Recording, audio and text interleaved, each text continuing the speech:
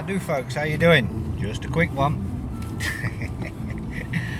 Right, beneficiary again. As you're the beneficiary and you are in a position of non-liability, and your evidence can show that you're in a position of non-liability as you are the beneficiary, unchallenged, they are in the position of trustee. How do they get you? They've got all liability, you've got no liability, yet they're going to bring a claim on you. And then you're going to walk into a court that you can evidence is unlawful due to Aylesbury's law,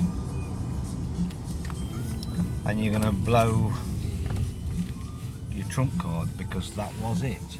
You don't have to go to a court and commit treason on a private for-profit corporation say so, or conspire to commit treason as it would be, because the administration court's unlawful.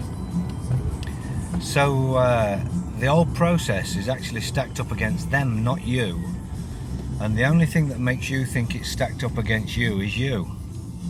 Just the very fact that you haven't done your own due diligence, which is not anything I'm calling you out on, because that's the entire world. That's how they've created this situation on a real slow totalitarian tiptoe. So you have to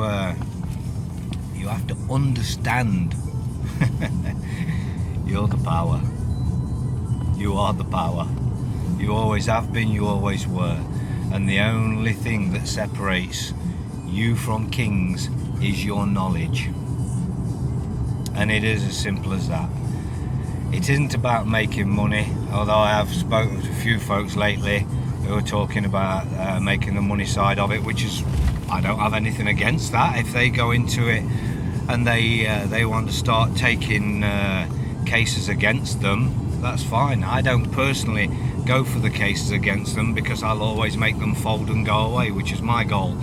But if what you wish to do, once you know who you are, is to lay little traps and have them fall into them, and then they owe you money, absolutely, you can do that very easily.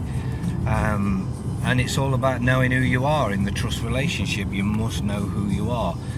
Once you know who you are, you're unshakable. Now, lots of folks think they know who they are, but that's just the word beneficiary, and it doesn't mean you should read the books about what beneficiary is and what the officialdom would tell you beneficiary is. It's your own comprehension of the situation.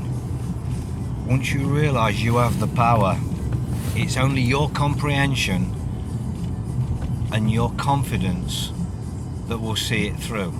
They will intimidate, they will test, they will intimidate again. Some big things they may go as far as trying to take you into court for. But if you know who you are and you've dealt with your paperwork correctly, absolutely they will not take you into court. They absolutely will not take you into court if you've done all of your due diligence, you've followed it through, and if they say there's a court and you turn up at court. If you've done it properly, there's no way in this world. However, I say if you've done it properly and turn up at court, that's if it's money involved and you're going for. But at the end of the day, if you do your due diligence, there's no way in the world you can be heard in a court. You can't be took into a court against your will. It's only your will. And if, again, due diligence, if you've done your due diligence and you've served the correct paperwork, you will have a fee schedule that taking you into any real court, and you would have remedy sat there waiting. Taking you into any true court, you would first order of business have your remedy to deal with, or any compensations along the way, before you're going to hear anything from them. They're never ever going to take you into a court. Never ever ever going to take you into a court unless you've committed harm, injury and loss. And it's only through the power of knowing who you are in the trust relationship, and all this bollocks, sign here and do this and do that and spinning these circles, it's none of it. It's none of it. You can get small remedies with all sorts of little stupid ways, but to know who you are is the true remedy. It's the holy grail of what everybody was searching for, that's been there right in front of their face all the time. And finding it isn't enough. You've got to know what it is. You've got to comprehend who you are. You've got to first find out, obviously, you're the beneficiary. You've got to comprehend what that means on the small scale before you can take it up to a larger scale. But the more you learn, the more you do, the more you handle your own affairs, the more accomplished you'll be, the more your confidence level will come up, and soon enough you'll realise that you can't actually lose anything you're going into if you've got the right intent.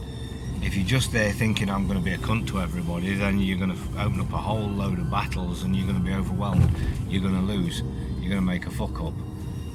But the reality is, dealing with your issues as they come towards you is what handling your affairs is, and they don't all come at once. A claim might come, you handle it correctly, it's over, it's done with, because you knew who you were. You weren't that all caps legal fiction.